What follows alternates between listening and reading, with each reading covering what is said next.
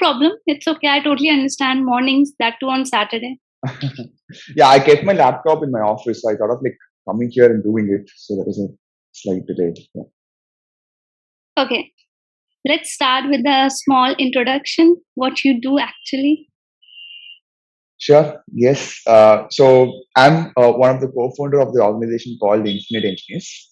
We have been into designing STEM learning experiences for the past 8 years. So we started with making science more practical during 2015, 14, 15. That's when we started, and from there it was a great learning journey. Learning predominantly from the children that we were serving. And for the last 3, 4 years, we have been evolving into setting learning spaces. Uh, we call it as makerspaces, maker labs, and different names. But the ideal purpose is for children to come together, collaborate, and build something and express what they could do. I mean, I firmly believe to listen to children's voices. So I think this is also one form of listening to their voices with what they build, what they could create. So we have also been setting adult tinkering labs and maker spaces, customized maker spaces for affordable private schools here in southern India. So this is pretty much what we are doing. Wow. So actually, you are from like which part of South India? We are from Tamil Nadu. I'm from Chennai now. Yeah. How's the weather in Chennai? It's pretty hot now when it's May month, right? That's the peak. It gets so 40 degrees on an average. So I remember like in back 2017, I came for an interview that my okay. stay was altogether for 3 days. And it was the toughest phase of my life to spend those 3 days. I was like, for the weather? Only for the weather, right? Yes. Okay. Only for the weather. I mean, constantly the sweat was coming. And being from North India, I was like, how should I survive? What's the clue? Okay. How other people are smiling, having normal conversations, and I'm like, okay, I'm so distressed with that humid, but it's okay. But you put up in Delhi, right? Yeah. Delhi won't get this hot. I mean, I'm just. It gets hot, but not that humid. Okay. Moving forward. Wonderful. Yes. So let me introduce myself. So I finished my postgraduate in mechanical engineering in 2015, and I started my journey with assistant professorship in various colleges, universities, and I realized that I don't want to be a teacher, the same teacher which I used to criticize, or which I used to always ask myself why I'm getting this teacher. Why can't she or he explain me the way I want? Because I'm not like other people who can understand in one go, or the way she is telling me or he is telling me. So 3 years, constantly this question was coming in my mind. How can I improve in this teaching field so that I can be better than someone who I don't want to be? Like, I don't want to be the same replica of somebody who I'd never admired. Got it. Then somehow this makerspace come in my life in 2017 when I was in Bangalore. And after that, Cisco Thinkubator happened, which is a bigger version of Makerspace. Cisco Thinkubator, Cisco company has launched, and one of the founders, or one of the person whose idea was this, is Mr. Chandra, who worked in Cisco, and he realized that many of his employees or teammates, they have the potential to bring innovation. They need tools to tinker on. They need a space where they can go and hang out with technology rather than hanging out with people or having a coffee breaks. So he created this kind of space in Cisco headquarters in Bangalore. Wonderful. Then he brought this whole idea into university. So the first pilot project happened for Cisco Thinkubator in 2018. And I got the opportunity to lead their Delhi University project. So I was appointed with Indira Gandhi Delhi Technical University with women only. and I was running the Cisco incubator there. And from there, this American Embassy School Makerspace happened. So my inclination towards Makerspace is only because I want to be a resourceful teacher rather than just being a professional teacher. I want each individual who comes in my contact through my services, they should praise me for the service I give them through my teachings. So that's how I have been in Makerspace, and I have some background in curriculum development. I have background in molding the whole teaching and learning experience according to the student's need. Great, so wonderful. How this journey, which I have lived for like past 4-5 years, can be fruitful to you? Yes. So I also want to unlock certain answers from you, because based on your experiences, so it could happen through some quality questions. So I think I've just jotted down certain questions that could trigger these answers, which will also sort of guide us and whoever's seeing this video in terms of understanding about makerspaces. We feel more awareness about through makerspaces should happen to a lot of these school owners or principals, because many misconceptions arises that makerspaces is another robotics lab, because most of the schools have these experience of setting up these robotics lab, but I feel makerspace is a more holistic space, and anything to do with making could happen there. But I'll be in this conversation, would be happy to hear your responses. So I'll start with this. What, according to you, is a makerspace? I mean, is there any definition that you sort of have it? So when I was researching this field, I came across a video which explains about curiosity. That person was telling that if anybody needs to practice the skills of playing basketball or football, they need a playground, right? They need a coach which can teach the techniques, the rules. And at the end, it's the player who regularly, in a disciplined manner, comes and practice those techniques and makes his game or her game stronger, right? Similarly, each and everyone has a curiosity. You can develop that curiosity if you provide a space, and that space is makerspace. That space does not define that you have only robotics curiosity or STEM learning curiosity or building curiosity. It can be anything. So it's like an umbrella where we take care of every field which can be turned into a fruitful business, right? Whether it's arts and craft, robotics, STEM learning, engineering, any kind of field you say, and Makerspace will give you that opportunity to build your curiosity or skills around it. Got it. That's great. So it's more of a holistic space, and anything to do with making could happen there. Potentially, it's not restricted to one field as such. Even coding, you love coding and you want to work around it. Let's take Raspberry Pi or Arduino things. Although these are integral parts of robotics, but you need a space where first you start ABCD of coding. Then you go and implement those into robotics, which is entirely a bigger field. Got it. Wonderful. Great. So we sort of set the context of what people could expect of a makerspace. Now they have more awareness, I mean, in terms of relating to what is a makerspace first. So they get a visual, okay, it's not a robotics, more of a makerspace. So my next thought along with this is, because I firmly believe that I also seen a TED talk on the same title, that every child deserves a makerspace. There's one TED talk that I've seen. And this is sort of been with me that, okay, every child should get an opportunity to be in that makerspace. But majority of the children are in schools. Schools follow a very traditional curriculum structure because we're dealing with mass number of students in Indian context.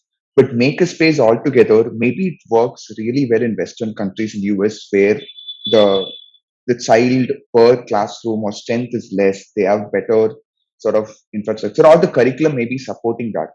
I'm just giving my perspective. But in an Indian context, how do you feel, or what? I mean, are you feeling positive that every child could get an opportunity to be in makerspace within a school setting? Uh, and so, your thoughts on it? Okay.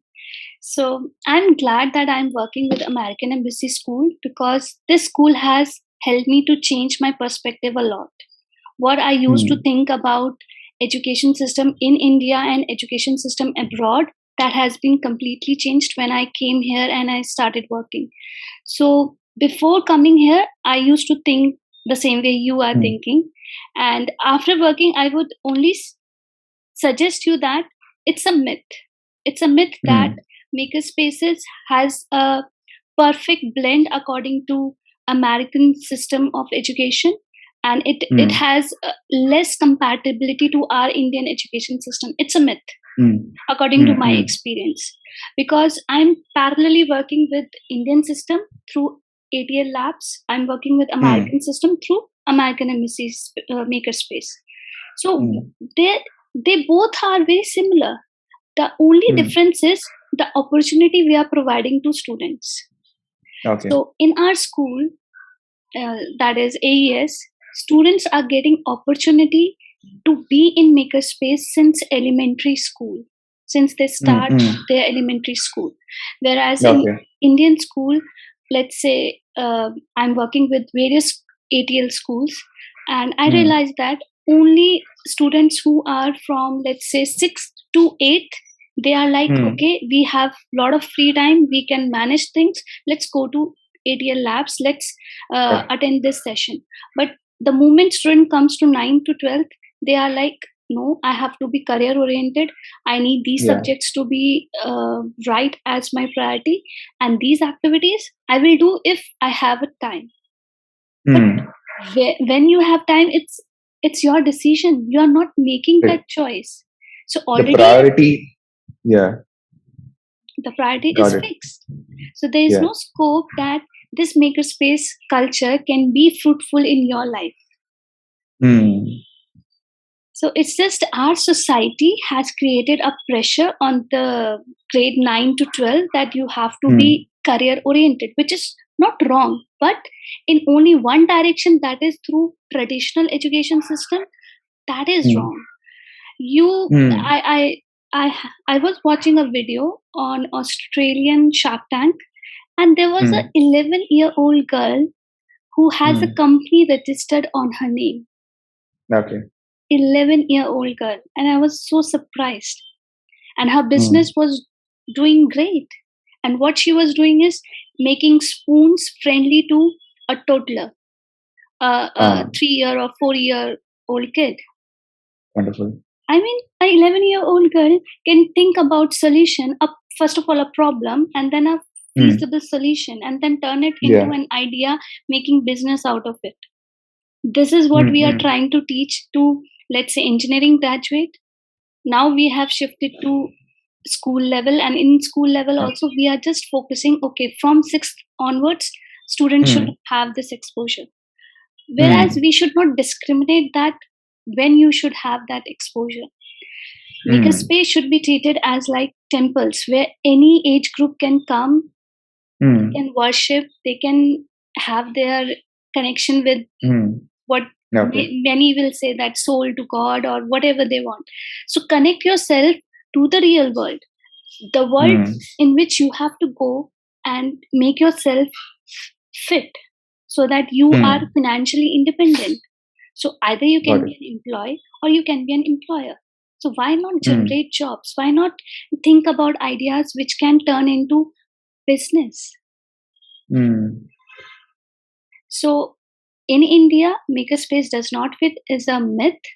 It's just we need to start targeting since the early child age. Okay. So we should sort of set up a habit in terms of like how we have other subjects, probably this should also be sort of embedded and then taken forward.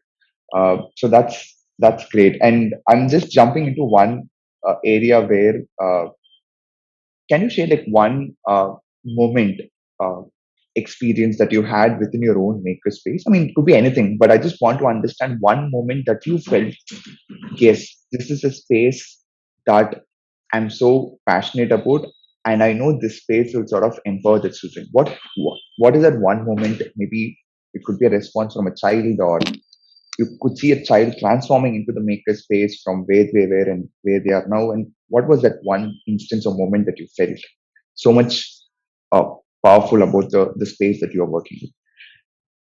I tell you, recently our school launched an elective course, micro course on Makerspace, where students will choose that course. Although they will not get any credits, but they will be busy because they have choose that course in those hours. One of the student, he got into, and he was attracted towards swing station. He started working to understand how a swing machine works, how different cloths, how the threading will work. And like me and my other colleagues, they were there to help him out. And I would say, like, after 2-3 months, he made a full bag. And I asked, are you making it for your mom? Because generally boys have this way of gifting to their mom and show that, yes, we do love you. Yeah. And he said, no, I'm making it for myself. First, I was impressed with the confidence that he loves himself so much that he is making things for himself. Then secondly, I asked, are you learning swing somewhere else also, like your mom is teaching or grandparents are teaching you? He said, no, I learned it here. And I was like, you learned everything here only? And you made this fantastic bag which you can use in your daily life? He said, yes. That was the moment I realized what is the power of this space. I mean, if you are really driven, because this is not the traditional time when you and me have finished our education, we were forced by this society, our parents, our family, relatives, friends. You need to study this chapter, you need to get this marks, then only something good will happen to you. But nowadays, YouTube is there. Multiple platforms are there where you can learn things. And your brain is continuously thinking. When you see a video or hear an audio, your brain is continuously working on that. It just when you make it into a practice, that's where your learning starts. That's where your journey starts, what you actually want to do. Wonderful. Great. That was a nice. Yeah, I think that there could be many more, but I think thanks for bringing this out so that we also could sort of empathize how much powerful the space could be, that opportunity could be for children. So, I mean, my next thought is more on, I mean, it's not easy to set up something like a makerspace because when hands-on, it's always very challenging for the teacher and the institution to set up all this together. This is a traditional structure where teachers delivering. So this is, I mean, pretty much everybody will understand that how much of effort that needs to go behind the scenes and also while taking the class. So I just want to understand before even a class is happening or a session is happening using any tool in the makerspace, what is the behind the scenes that happens with the facilitators or the preparation team? And during the class, can you take us through one journey of like how long a session will be, like what will happen in the session? Maybe we'll get a visual of what happens behind the scenes and what happens during the session. I'll tell you, like I was teaching coding to elementary kids, grade 5. And I thought that, okay, I have done it myself. And these are the things, these questions might they ask. And I'm ready. I'm ready with my lesson plan. I'm ready where I need to give instructions, where they will have their hands-on experience and I have to just observe them. But the first day when the students came, because that was before that, I have never introduced to them like what their capabilities are or what. I just prepared myself based on some assumptions or based on my previous experience. Got it. When the lot came, 8 students and of different cultures, different countries they belonged. First of all, they were too excited. They are doing game programming. And when I started teaching them basics, like what is a variable, why you need a variable, they were like, what she is teaching, we don't want to understand that part. We just want, we know that this is the tool. It was a block based coding platform. They have to pick the block and place the block. And got it. Only this hint was enough for them, and they started working on all the blocks. Of course, errors were coming, and I have to just teach them what is the sequencing. So for a fifth grader, my drawback was I should be more focused on sequential programming rather than starting from basics. What I felt as a student, that this is what I learned. I should first understand what's the root, from where the branches are coming, where the tree is growing. That's what I felt a learning is. But here, the scene was little different. Everything, because these generations, everything they are doing on mobiles, on laptops, they are much more technology friendly. So whenever we have to present a session, first I realize that understand what kind of background they are coming from. Are they too technology friendly, or they are intermediate, or they are just beginners? Once we know that, then we start working on our preparation of lesson plan, like which part of the topic has to be dealt in how much depth. And once we do it, we have the time estimate. Okay, it won't take 1 hour, it might take 2 hours. Then we start categorizing, like this topic will be done in class 1, then this will be going class 2. So that was coding. And then second, I would say I was teaching jewelry making. And in jewelry making, of course, it's art. Students the elementary kids, everybody is born of creativity, and kids are the king of creativity, I would say. So whatever design or pattern I was teaching them, each individual, they were coming up with their own modification. They said that I want to give this to my friend. So, and her choices are these colors, this pattern. You teach me the technique.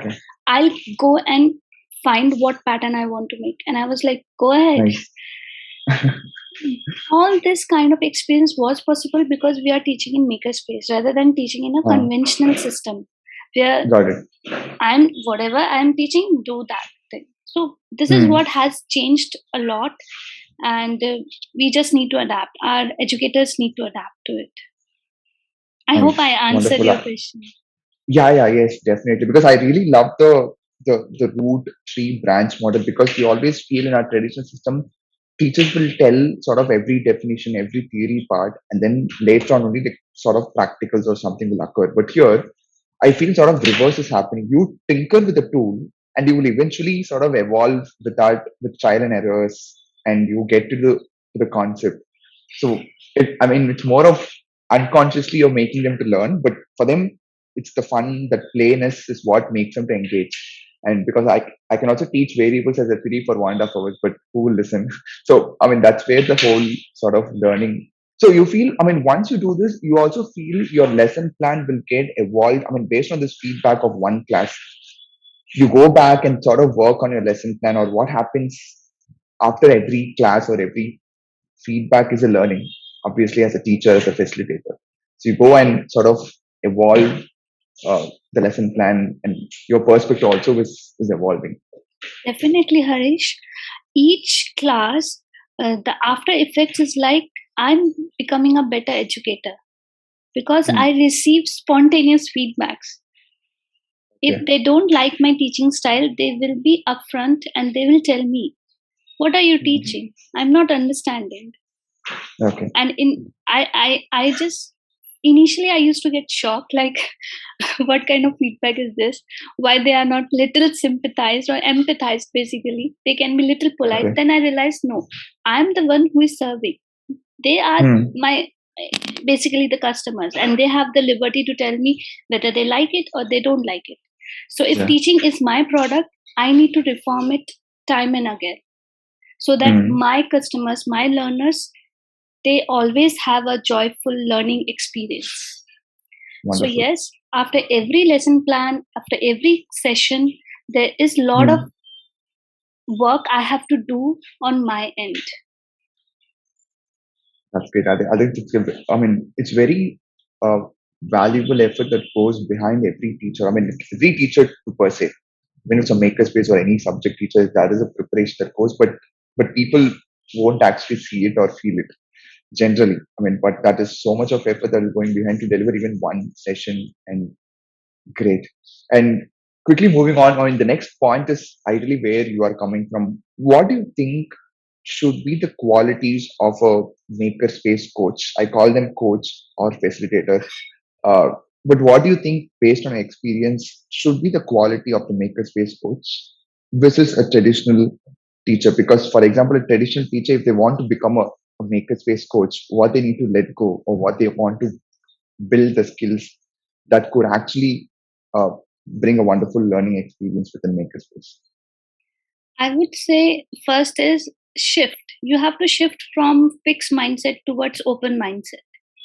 Don't let yourself restricted that my teachers have taught me this. My experience has been this. I am able to deliver only this much. Don't do that. You are hampering your growth only. So always tell yourself, I am limitless. If I receive any feedback, my ultimate goal is to go and work on it.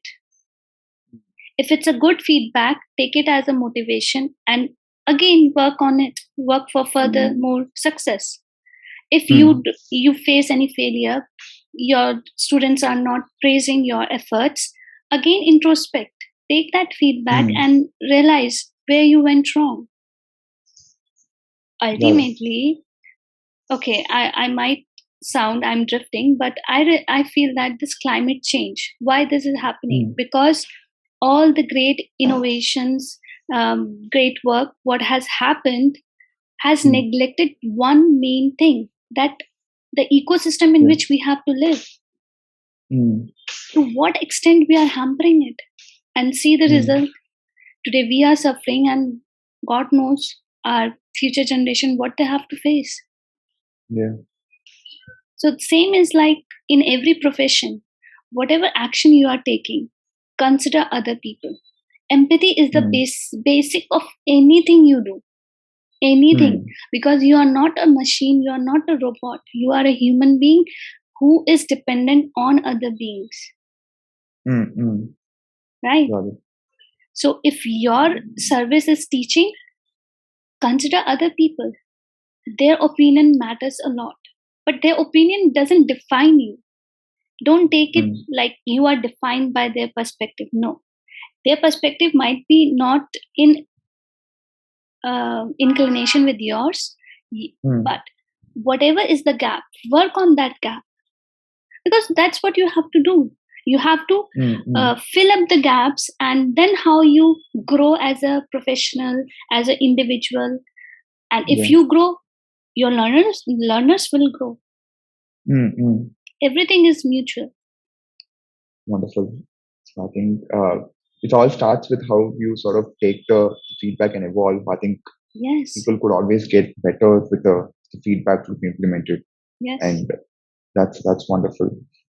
So my next thought is more on, because people always feel setting up a makerspace involves a lot of sort of investment. I can only do when there is huge investment, when there is a space. So there's always a constraint that is before people to even kickstart something in a makerspace. And we feel makerspace, they feel makerspace is just a one-time setup, and then my work is done. So these are the perceptions or misconceptions maybe that people around me. I face this with multiple schools that I'm talking to with. So what is your, I mean, from your experience, if a school or institution wants to start a makerspace, and what are the steps that they could, simple steps that could get them started? And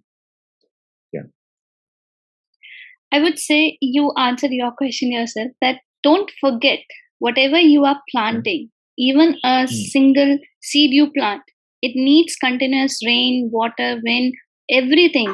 Even it grows into a big tree, it still needs care. If rain will not happen, the big tree will die one day. So if you are starting a small makerspace and then it's become bigger, larger, you need to continuously evolve it. You cannot stop at any point. Okay. Makerspace is like immortal thing. You are bringing education through makerspace, right? That was the main purpose of this whole setup. So how can you feel that, okay, I have invested 10 lakhs to this lab and that's it? No other investment is needed. Why not? Okay. Maybe you need to fund your educators to get better teaching trainings, better technology friendly they have to become. So continuous investment has to be done. You cannot escape it. And if there is a problem of funds, try to make your makerspace revenue generated. Why not you bring out activities which can give you some revenue? Use that revenue, use the profit, and again put it back into the cycle. Got it. Yeah. Wonderful. Yeah. So that's how temples work. Yeah. All the religious places works. People come, they face some problem, they feel that their life is ending, or they are too happy, they have received something, they go there, they worship there, they donate something. And what the other people do? The authorities of those temple or religious places, they use that money to run the entire temple process, right? Got it. Got it.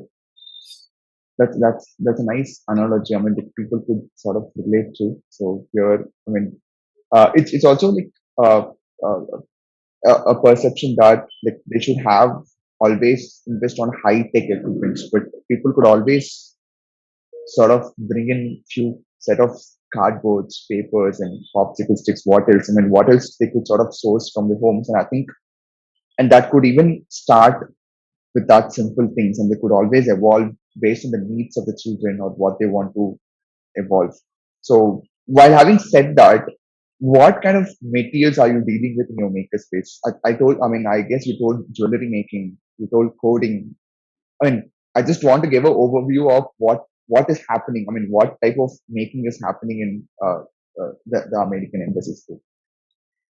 Okay, so I would say again, whatever field you can think is giving you business in real world is present in the makerspace. You think that there is a business around furniture? We have the equipments, we have the material, we have the capability to help you nourish your curiosity around that.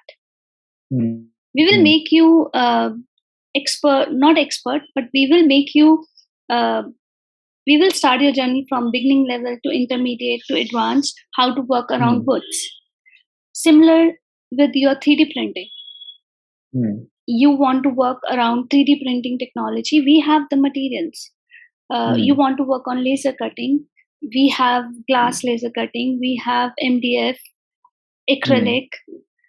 In arts and section, we cannot name every element, but all sorts of materials are available. Jewelry making, resin art. Yeah.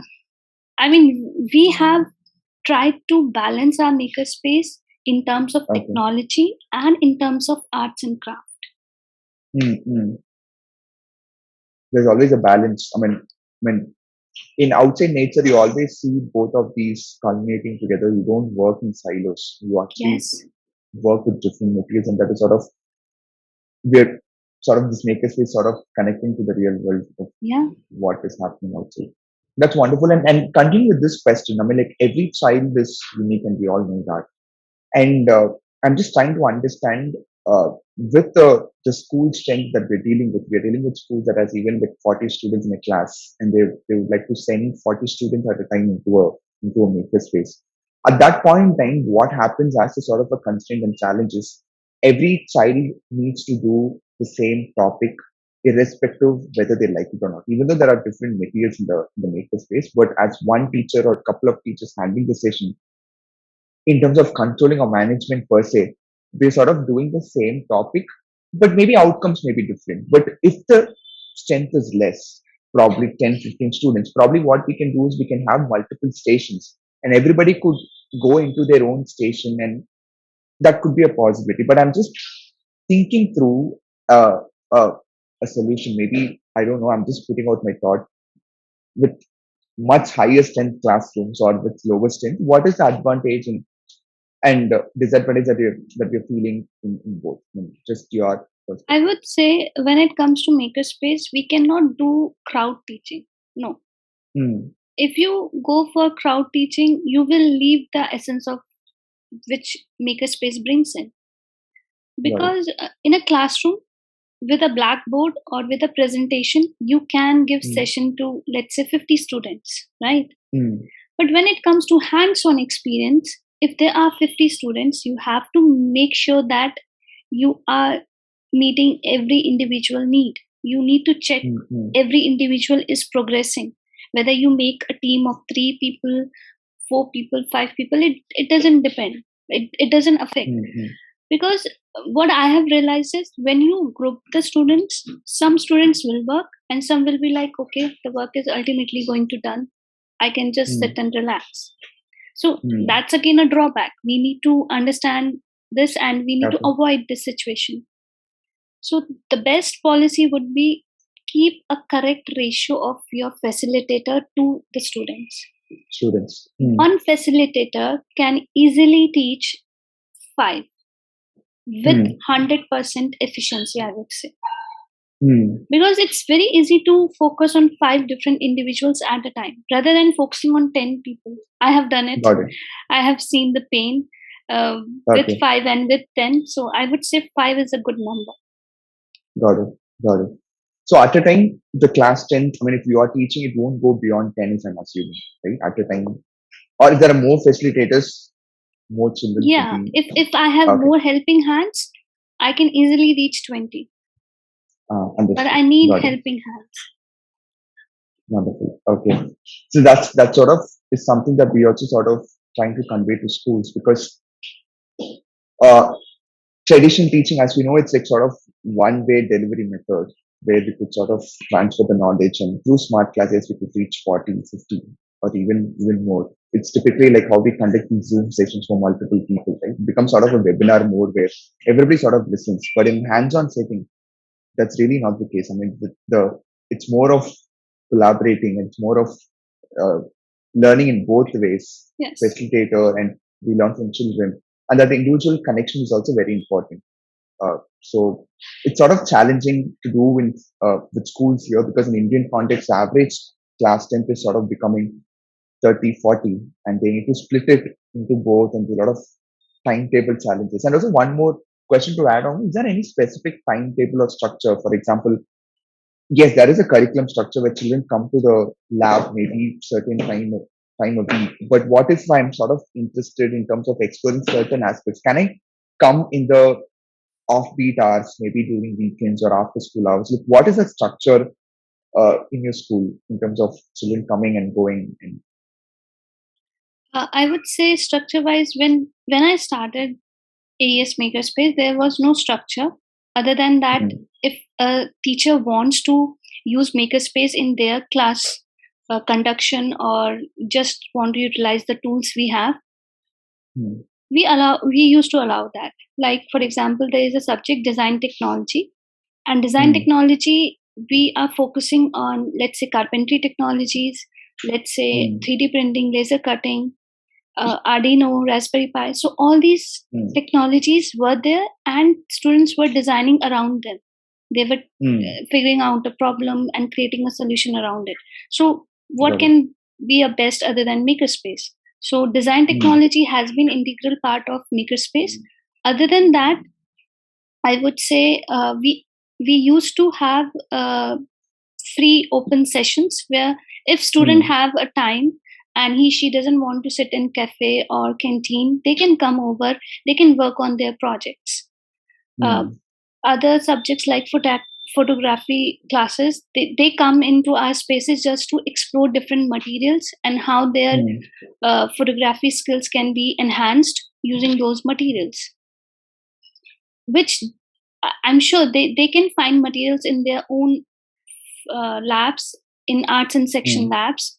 But coming to a makerspace is like a space which is full of different kind of availability of materials. So that's why they used to come here. And other than that, like theory of knowledge is a subject in IB curriculum. So how I remember, like the teacher wants to make their student understand how you make difference between knowledge and experience. So to understand this difference, makerspace is a space where if you go randomly to a station and you start working, that working is becoming your experience. But if you want to work efficiently, you need to gather some knowledge.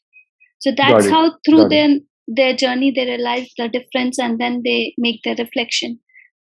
Okay.